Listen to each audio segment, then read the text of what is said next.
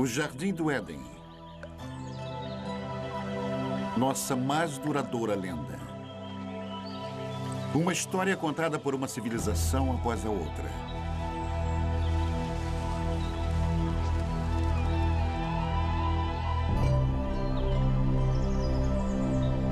Uma história de sedução.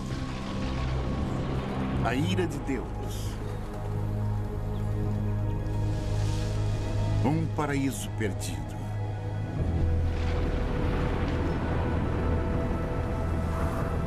Mas será somente uma fábula? Existem provas de que as grandes histórias da Bíblia tenham sido verdade? De fato, existiu um lugar como o Éden?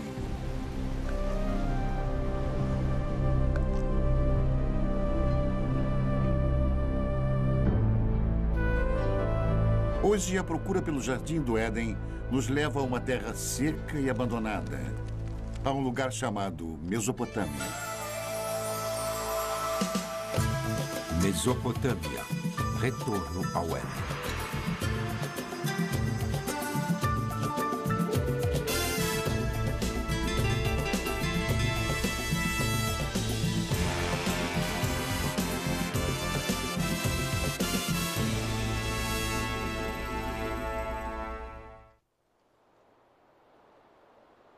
Esta é a terra onde as primeiras sementes de civilização humana foram plantadas. E foi aqui que 3 das maiores civilizações do mundo antigo surgiram: Babilônia, Assíria e Suméria. Em meio às suas ruínas, as respostas há muito procuradas para os mais profundos mistérios da Bíblia, enquanto arqueólogos percorrem esta terra em busca da origem histórica da fé. Nossa busca pelo Éden é uma viagem de volta ao passado. Primeiro até a Babilônia, a última dessas civilizações. Depois, mais distante no passado, até os assírios, os primeiros mestres da arte da guerra.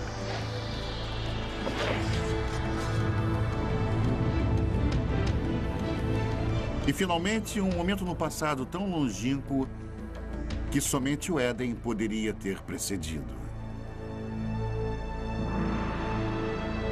Até a Suméria e a criação da civilização em si. O grande arco da crescente fértil. Ao longo de mais de 6.000 anos, esta rica terra, situada entre os rios Tigres e Eufrates, deu início às primeiras grandes civilizações. Os gregos a chamam de Mesopotâmia. Nós chamamos de Iraque. Subpondo as camadas da história daqui, podemos trilhar as origens de nossas histórias mais antigas e nos transportar às raízes mais profundas da fé. Nossa jornada começa na margem oeste da Mesopotâmia, em Israel. Uma descoberta casual em 1947 voltaria a atenção do mundo para a arqueologia e para a Bíblia. 2 pastores beduínos estão conduzindo seu rebanho de cabras pelos rochedos de Qumran, alguns quilômetros a leste de Jerusalém. No calho do deserto, eles notaram uma pequena caverna oculta num declive rochoso curioso. Um começa a subir. Não é raro encontrar artefatos antigos e valiosos nestes penhascos.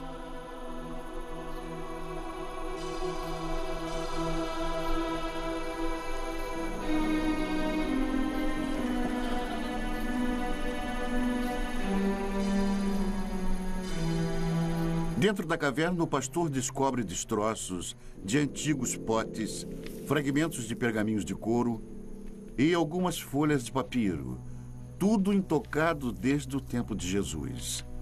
Estas escrituras de uma seita judaica monástica chamada Essênios viriam a ser conhecidas em todo o mundo como os manuscritos do Mar Morto. Nas cavernas ao redor, centenas de papiros antigos seriam eventualmente descobertos.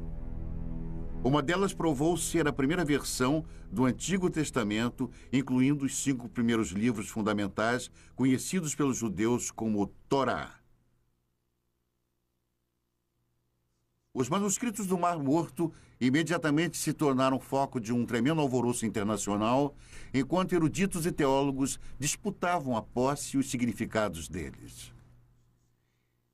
E a sensação foi importante. Isto foi descrito como um dos achados arqueológicos mais importantes. E são muito valiosos para os judeus, porque eram judaicos. Eles vêm de um período fundamental na história judaica. E muito valiosos para os cristãos, porque são contemporâneos de João Batista, Jesus e por aí vai. Portanto, são muito informativos. Mas, além disso, temos uma grande ligação emocional a esta obra. A Bíblia sempre foi um livro lido sob 2 pontos de vista: o sagrado e o histórico. Mas o tradicional Torá é sempre escrito à mão. As palavras são lidas enquanto o escriba escreve. Portanto, se tornam uma oração.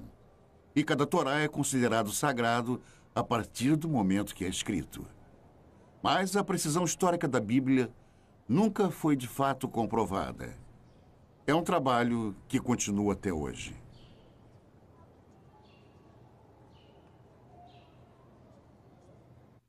Alguns dos livros da Bíblia são excelentes livros de história.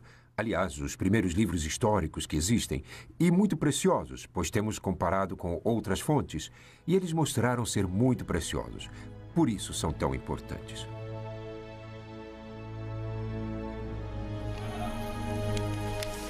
A descoberta dos manuscritos do Mar Morto foi o evento mais famoso da arqueologia bíblica, mas não foi o primeiro. A ânsia por explorar a história bíblica tem uma tradição respeitável. É uma procura que começou na Terra Santa, mas levaria à Mesopotâmia.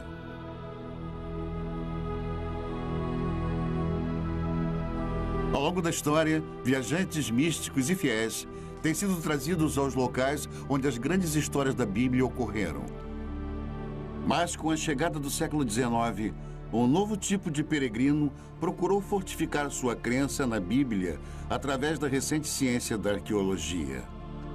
Certamente não poderia haver confirmação maior de sua fé do que provar que a história bíblica foi real. O primeiro propósito dos arqueólogos bíblicos foi localizar lugares mencionados nas narrativas bíblicas e ver se alguma ilustração daqueles contos poderia ser encontrada. Para usar a cerâmica antiga, as antigas muralhas da cidade, as antigas armas como ilustrações de histórias bíblicas que todos eles haviam aprendido na infância.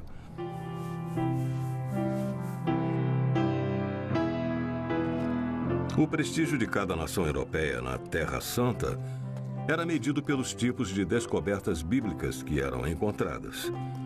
E uma das mais intensas batalhas diplomáticas e políticas que ocorreu na história da arqueologia bíblica foi a descoberta da famosa pedra moabita.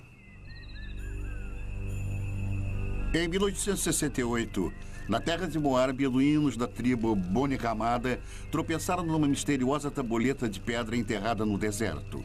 Os nativos não eram alheios às antiguidades da área, nem ao seu valor para os europeus. O primeiro ocidental a saber sobre a curiosa pedra negra foi o reverendo Frederick Augustus Klein. Ele imediatamente partiu para a terra deserta, cheia de bandidos, acompanhado somente por alguns guias beduínos.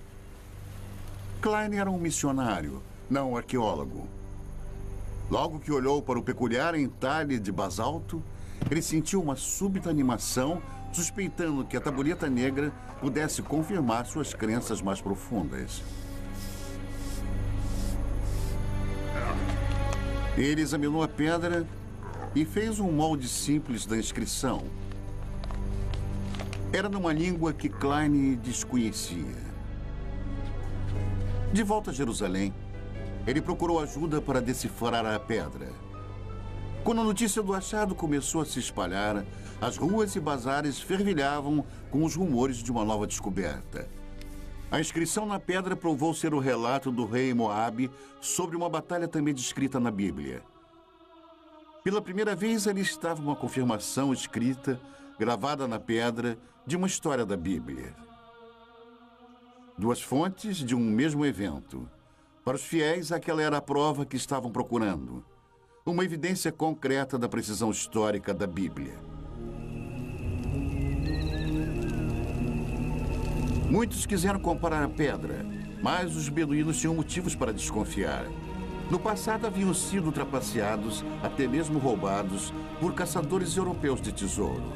Supondo que algo tão estimado pelos europeus devesse conter ouro, eles jogaram a pedra no fogo na esperança de quebrá-la.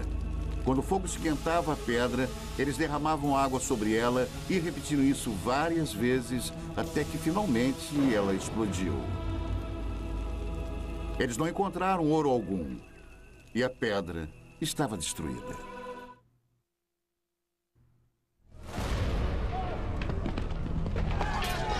O ano é 586 a.C. O exército de Nabucodonosor, rei da Babilônia, invade Jerusalém com a ira de um Deus furioso. Estamos a quase 6 séculos antes do nascimento de Cristo. Os romanos ainda nem sonhavam com o império. É um capítulo negro na história dos judeus, enquanto a impetuosa estrela da Babilônia nasce. A Bíblia descreve o ataque babilônico. Cortou em pedaços todos os utensílios de ouro que fizera Salomão para o templo do Senhor. Todos os príncipes, todos os homens valentes, todos os artífices e ferreiros, ao todo de 10.000. Ele os levou cativos de Jerusalém à Babilônia. Os israelitas cruzaram mais de 800 quilômetros de deserto, seguindo antigas rotas de comércio pelas atuais Jordânia, Síria e Iraque até a Babilônia. Em Salmos 137, os israelitas lamentam: às margens dos rios da Babilônia, nós nos assentávamos e chorávamos, lembrando-nos de Sião. Como, porém, haveríamos de entoar o canto do Senhor em terra estranha? Fracos e exaustos, os israelitas chegaram à Babilônia, amedrontados com tamanha grandiosidade. Arrancados da modesta cidade de Jerusalém, eles contemplavam a majestosa capital do mundo antigo.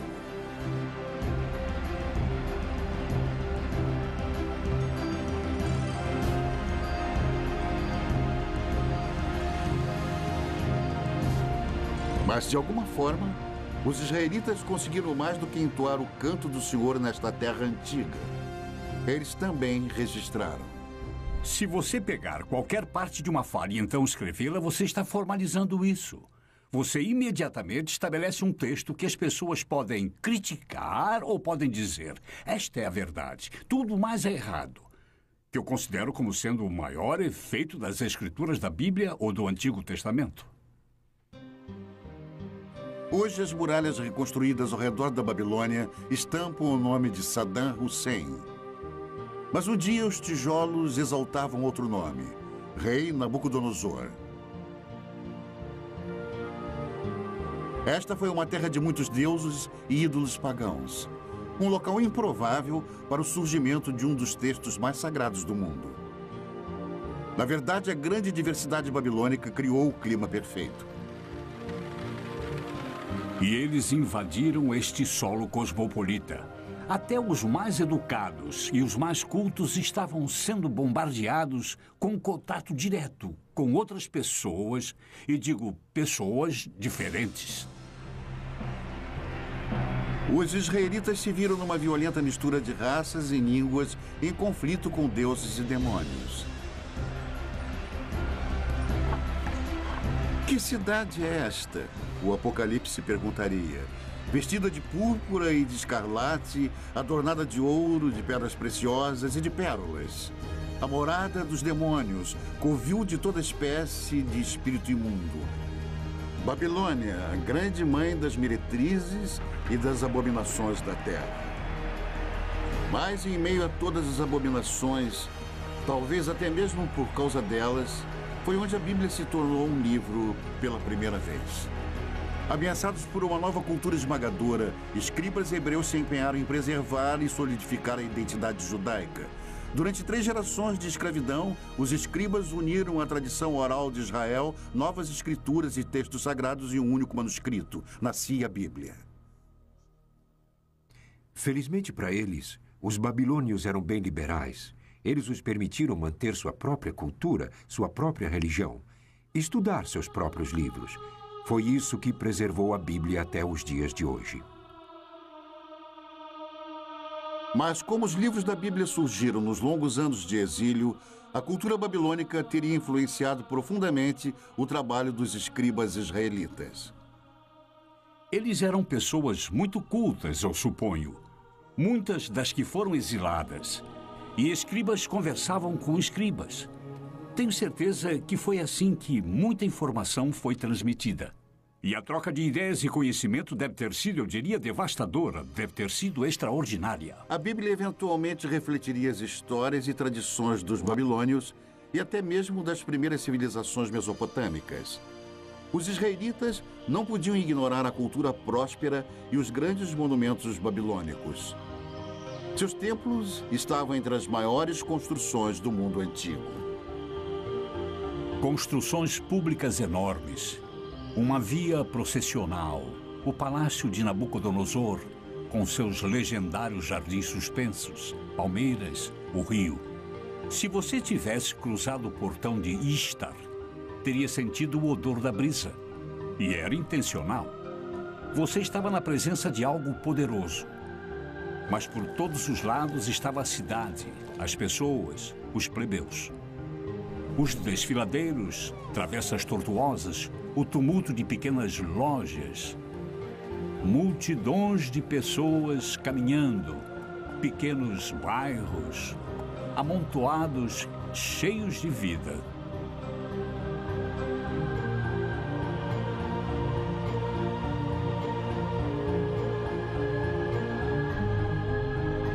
E foi aqui, a Bíblia nos conta, que um dos monumentos mais extraordinários da antiguidade subia até o céu. A Torre de Babel. Durante eras, aventureiros e peregrinos esperavam que, encontrando a famosa torre, pudessem provar a veracidade das histórias da Bíblia. Um dos que falharam teria escrito: nenhum homem ousa se aproximar da torre, pois está deserta e cheia de dragões e enormes serpentes e de bestas venenosas. Viajantes medievais afirmaram ter encontrado a torre. Esta almádena em espiral ainda se encontra no norte do Iraque. Mas eles estavam errados. Esta torre foi construída 1500 anos depois e muito distante das muralhas da Babilônia. Talvez a mais intrigante possibilidade tenha sido feita por Robert Caldwell, um arqueólogo alemão no início do século. Ele descobriu uma trincheira retangular com alguns tijolos restantes. Muitos especialistas acreditam que Caldwell tenha descoberto tudo o que restou da famosa torre. Os enormes monumentos babilônicos causaram uma forte impressão nos escribas bíblicos. Mas a herança mais duradoura que sobrevive até hoje é uma novidade babilônica ainda mais impressionante: o Código de Lei. A Babilônia foi a primeira civilização na Terra a ter um código de lei escrito. A pedra, originalmente esculpida, é uma importante relíquia perdida por centenas de anos. Ela apareceria no final do século XIX. Uma pedra esculpida com um dos mais importantes documentos legais de todos os tempos. 1200 anos antes dos israelitas serem levados em cativeiro, o rei da Babilônia mandou esculpir uma pedra com as leis que carregam o seu nome. Código de Hammurabi. Estas escrituras podem ser tidas como precursoras do Código de Lei em Êxodo, Levítico e Deuteronômio. Nas sociedades em que o conhecimento e a lei são transmitidos e compartilhados oralmente, o precedente é muito importante. Quando foram escritos, as pessoas que o fizeram tinham imenso poder. O Código de Hammurabi influenciou quase toda a civilização desde a Babilônia. Hoje, até mesmo alguns de seus métodos mais primitivos de julgamento sobrevivem intacto. Hammurabi descreve um ritual chamado aprovação, um teste doloroso, até mesmo mortal, de culpa ou inocência. Em algumas remotas tribos beduínas, a aprovação ainda é praticada tal como era feita no tempo de Hammurabi. Nesta rara filmagem, um sagrado chamado Mubashi irá julgar os acusados examinando suas línguas após eles lamberem uma colher de ferro quente.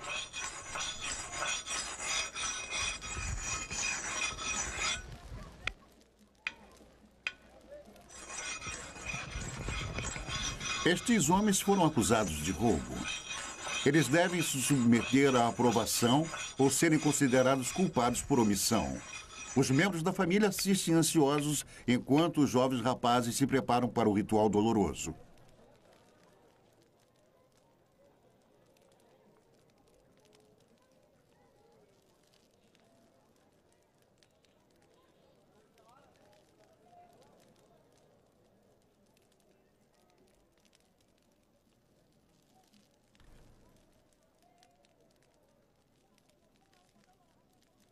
A água não alivia a dor.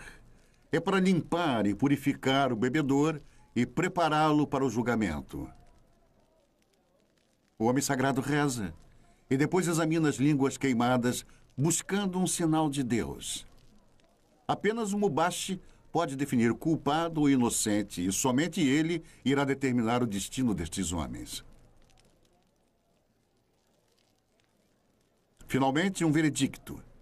Um homem é considerado inocente para grande alívio de sua família. O outro não teve tanta sorte. Declarado culpado, ele irá pagar pelo seu crime. A aprovação é um intrigante reflexo atual de Hammurabi, mas suas leis chegam ainda mais diretamente ao presente através da Bíblia. Hammurabi estabeleceu leis. Ele não inovou nada. Ele apenas estabeleceu por escrito as leis às quais eram realizadas pelos antecedentes há centenas, se não milhares de anos. Olho por olho, dente por dente, e princípios como este, muitos dos quais ainda se encontram.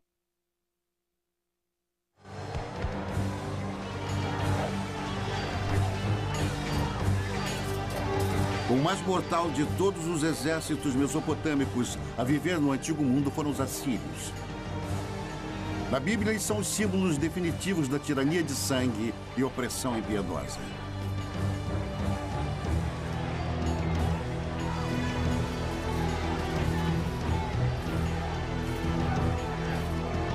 Cem anos antes de Nabucodonosor levar os israelitas em cativeiro para a Babilônia, a Bíblia nos conta que o rei assírio Senaqueribe atacou as terras dos israelitas.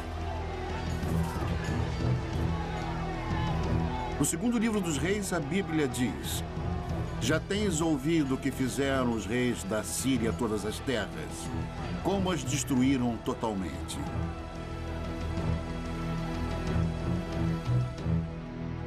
Os assírios eram dominados por reis déspotas.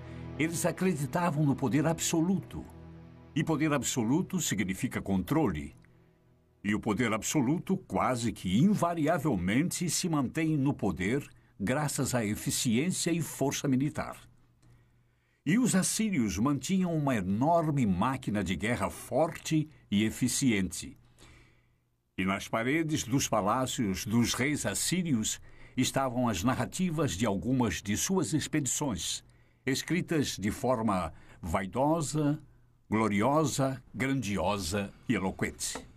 Os assírios, eles poderiam tomar uma cidade e empilhar as cabeças dos cidadãos dominantes do lado de fora dos portões, ou pegavam o rei da cidade, o esfolavam vivo e pregavam sua pele no muro, mas todos faziam isso.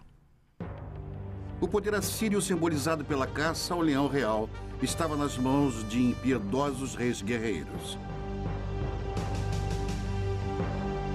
Até mesmo a Bíblia demonstra uma relutante admiração.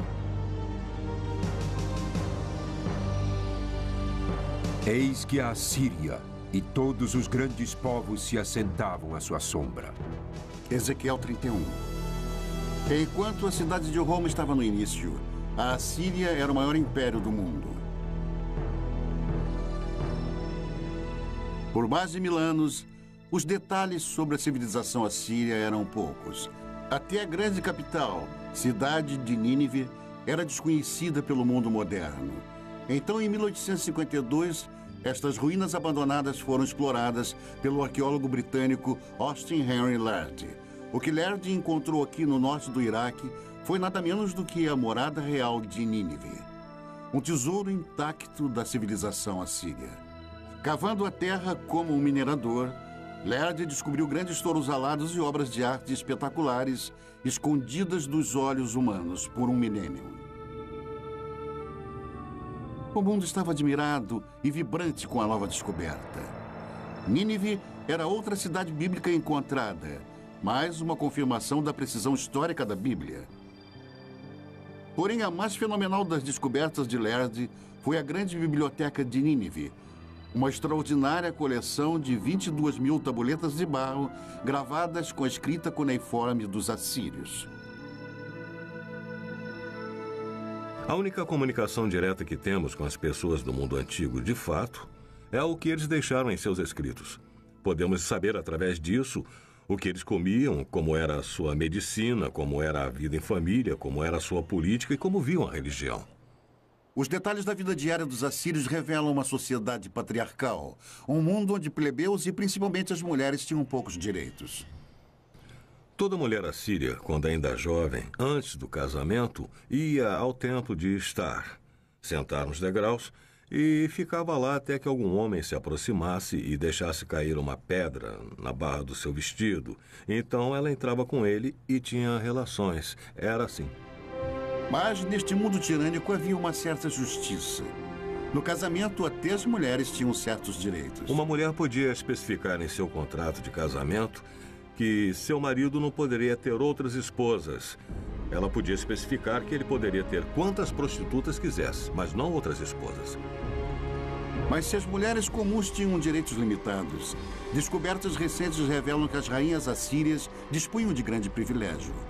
Em 1989, o antigo palácio de Nimrod, ao norte do Iraque, foi o palco de um surpreendente achado.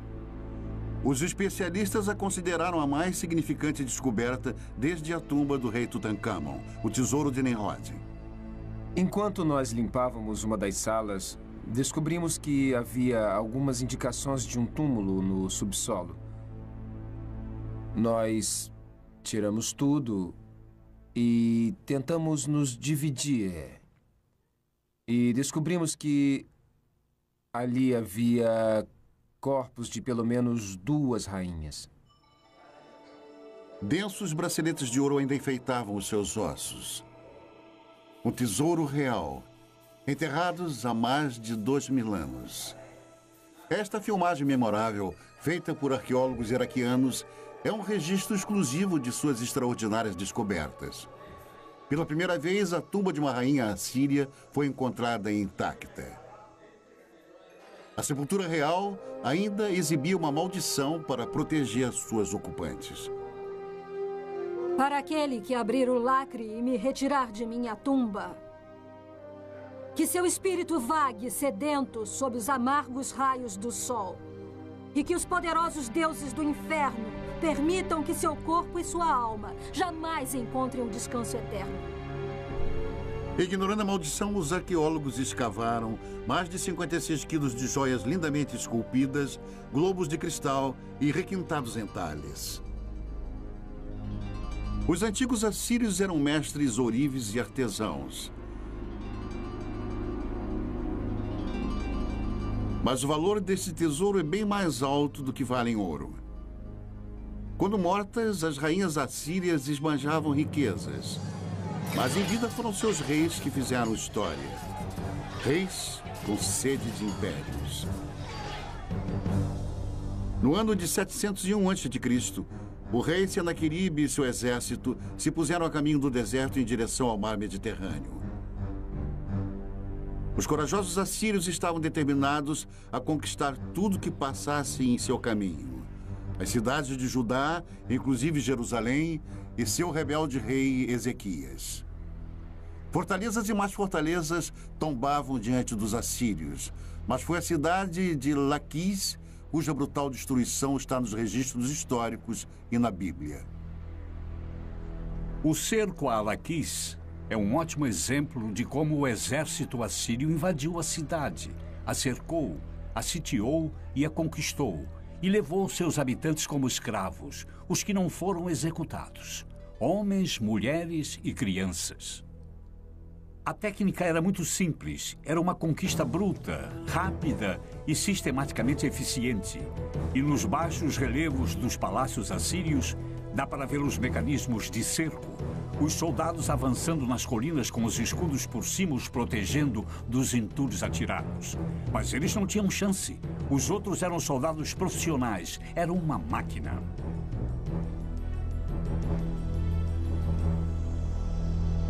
Da cidade capital de Jerusalém, o rei Ezequias sabia que um ataque assírio era inevitável.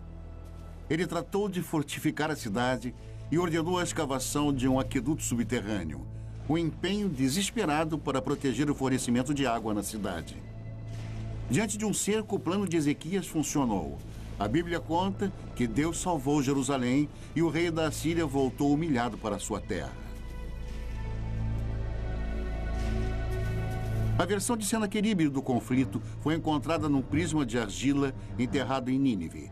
Ele se equipara com a história da Bíblia nos mínimos detalhes, mas seu ponto de vista é bruscamente diferente. Mas quanto a Ezequias, o judeu que não se curvou em submissão ao meu domínio, 46 de suas cidades fortemente muradas eu ataquei e conquistei. O esplendor de minha autoridade o derrotou. As histórias são contadas de ângulos diferentes, mas estão de acordo.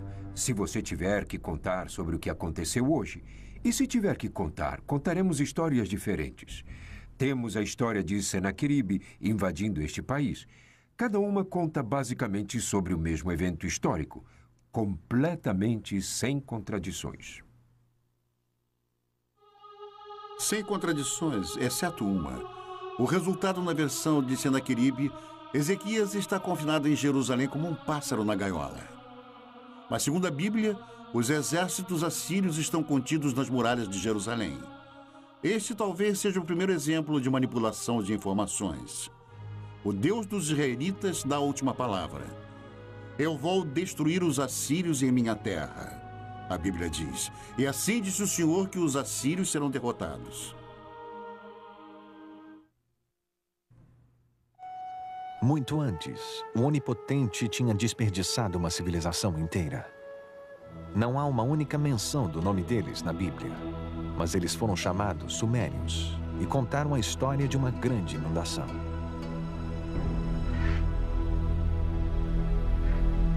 É uma das mais famosas histórias de toda a Bíblia, a saga da Arca de Noé. Um Deus raivoso, um barco de madeira, um dilúvio. É a história de Noé e sua família fugindo para a arca com cada espécie de animal e sobrevivendo ao castigo da inundação, enquanto o resto da humanidade é destruída. É uma história primitiva, mexendo com nossas esperanças e medos mais profundos. Uma história encontrada na Bíblia, mas também em outro texto antigo, um texto descoberto nas ruínas dos Sumérios. No começo deste século, um grupo de blocos mesopotâmicos foram traduzidos. Eles revelaram a primeira lenda conhecida de uma enchente cataclísmica. O primeiro épico escrito do mundo é a história do mítico rei Gilgamesh. A história dele sobre uma grande enchente precede a da Bíblia por pelo menos 2000 anos. Por 7 dias e 7 noites, uma enchente tinha invadido a terra e o barco gigante foi lançado pelas tempestades. O barco navega até uma montanha. Ele solta os pássaros, que é a história que tem uma semelhança com a enchente bíblica. É uma história maravilhosa. Mais de 5.000 anos atrás, a história do grande dilúvio foi contada primeiro aqui, nas cidades antigas da Suméria, Uruk, Eridu e Ur. Na Suméria, encontramos o início de quase tudo que nos fez civilizados. Eles inventaram a roda, o governo e a jardinagem. Suméria, a primeira civilização na Terra. Em uma terra sem pedra, eles projetam tijolos de barro, como aqueles ainda feitos e usados hoje. E daqueles simples blocos de construção, eles levantaram os primeiros grandes monumentos, chamados zigurats, construindo templos que invadem dezenas de metros pelo ar. Os sumérios inventaram 1 minuto de 60 segundos e até mesmo o adolescente problemático. Onde você foi? Não fui em lugar nenhum. Se você não foi a lugar nenhum, por que fica perdendo tempo? Vá para a escola. Fique na frente do seu professor. Narre a sua lição de casa, escreva o seu trabalho. Você me entendeu? Sabemos sobre os sumérios, o que fizeram em suas vidas diárias, graças à mais impressionante invenção deles, a escrita. Nós conhecemos a mais antiga lenda deles e seus segredos mais íntimos, porque alguém escreveu. Foi algo que ninguém havia feito antes. É uma janela, mas uma janela que é composta de várias partes, algumas das quais podemos ver e algumas não. Nós necessitamos de muito mais do que temos. Então, o que temos é espetacular. Em alguns casos, nós também temos que ter em mente que há parte das vidas das pessoas que nunca vemos e que nunca veremos porque há pessoas cuja escrita não foi levada em conta. 5.000 anos atrás, alguém escreveu sua história na argila, nos dando uma ideia de um mundo no seu primeiro relance de civilização. Como um povo, os sumérios eram de certa maneira muito autênticos. Eles se preocupavam sobre conhecer outras pessoas e beber cerveja e coisas assim. E há várias coleções de poemas que relatam as preparações de uma mulher para o seu amante e como ela se veste e espera pelo seu amante.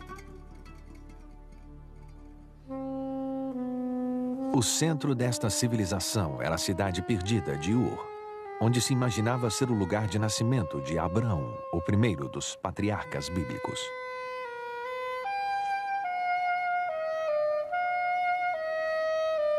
É o sumário de uma cidade bíblica em termos arqueológicos, porque era um lugar de uma das mais famosas escavações arqueológicas que já ocorreu entre os anos 1920 e 1930, por um notável arqueólogo britânico chamado Leonard Woolley.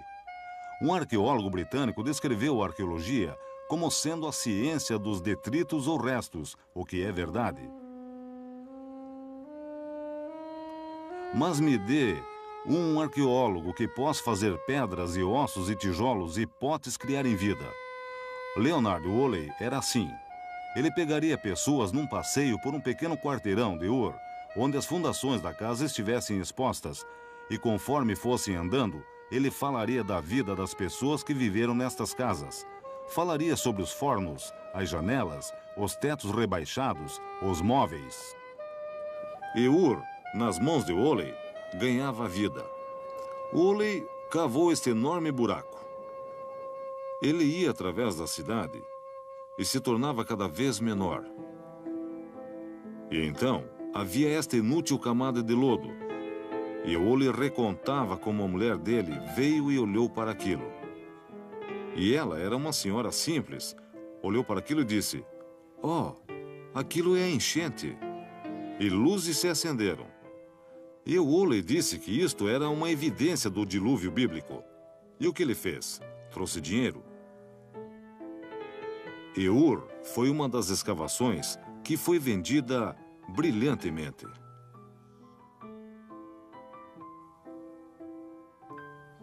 Especulações sobre o dilúvio bíblico causaram uma sensação.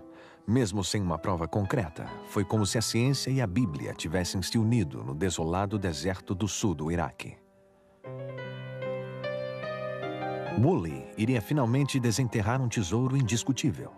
Uma descoberta que trouxe visões extraordinárias para esta primeira das civilizações. As tumbas reais de Ur. Cavando na lama grossa, Woolley descobriu 74 esqueletos arrumados cuidadosamente, todos enterrados ao mesmo tempo. O sepultamento contou a chocante história de uma jornada final de um rei para o além e daqueles que o acompanharam. E a partir disto, ele desenvolveu uma notável história de um funeral real. E a história dele foi algo assim. Primeiro eles cavaram este grande buraco com uma lâmpada de um lado.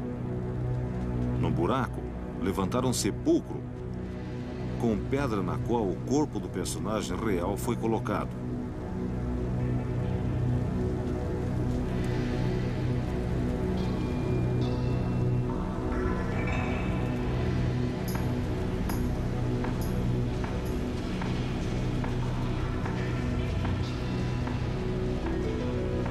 Então, a corte inteira entrou no buraco.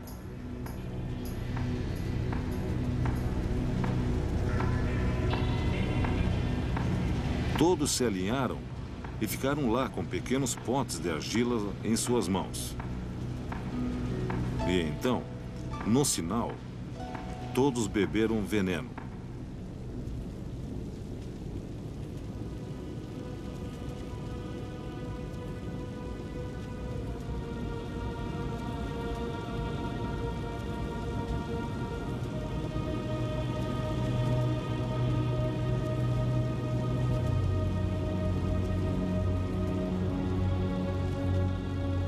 Deitaram e morreram.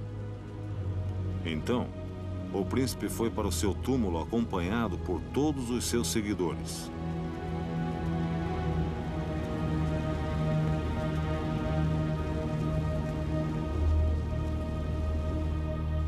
Isto se tornou uma das grandes descobertas, um dos maiores funerais contados na arqueologia da história antiga. A descoberta dos túmulos em Ur foi um triunfo para a arqueologia, revelando os segredos antigos da primeira civilização. Mas a ciência sozinha pode nos levar só até lá. Onde a trilha acaba, o épico de Gilgamesh traz as pistas atormentadoras finais. Pistas que nos levam de volta a um jardim e a um lugar chamado paraíso.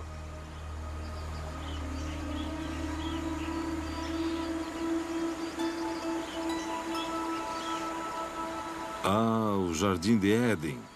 No começo, Deus criou o mundo. É uma história familiar. Você tem esse tipo de mito da criação em quase toda a sociedade na Terra. E um desejo constrangedor do povo de um mundo melhor. Jardins de Éden. Paraísos são os desejos de um povo de uma vida menos complicada ou mais fácil, ou uma recompensa por ter trabalhado tão duro.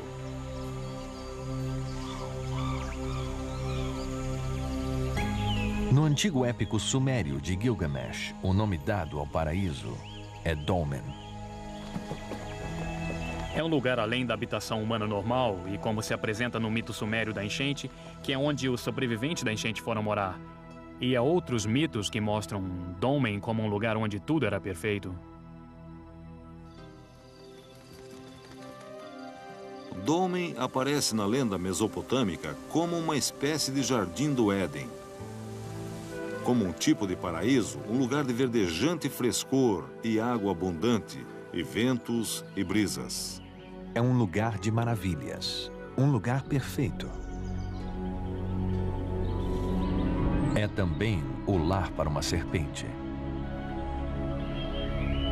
No épico antigo, a serpente rouba a flor que gera a imortalidade.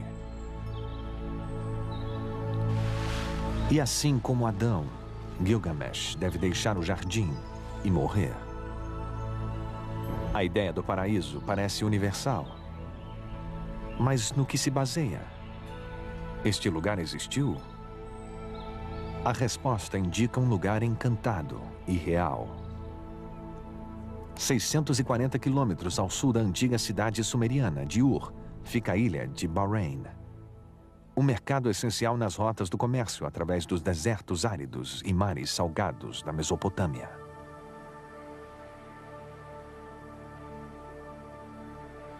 Hoje, Bahrein não é mais um paraíso, mas foi uma vez viçoso. Uma vez esta ilha teve água abundante e também abundante vida. Uma vez, há muito tempo, isto era Dolmen. Mas era o paraíso? Comparando com o deserto nos arredores, certamente parecia ser. Havia tanta água aqui que o que é agora é uma ilha deserta. Floresceu. Era um jardim produzindo frutas suculentas.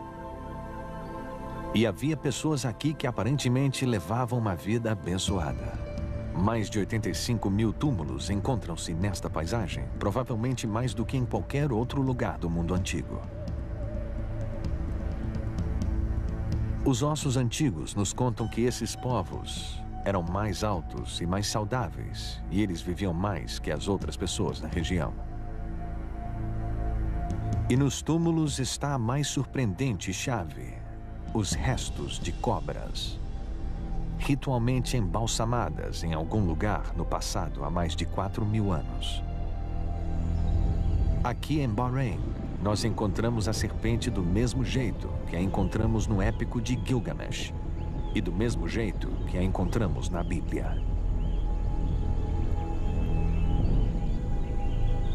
Nossa jornada de volta ao tempo cruzou as terras onde os babilonianos, os assírios e os sumérios antigos uma vez estiveram. É possível se arriscar ainda mais para a terra que oculta as pegadas de Adão?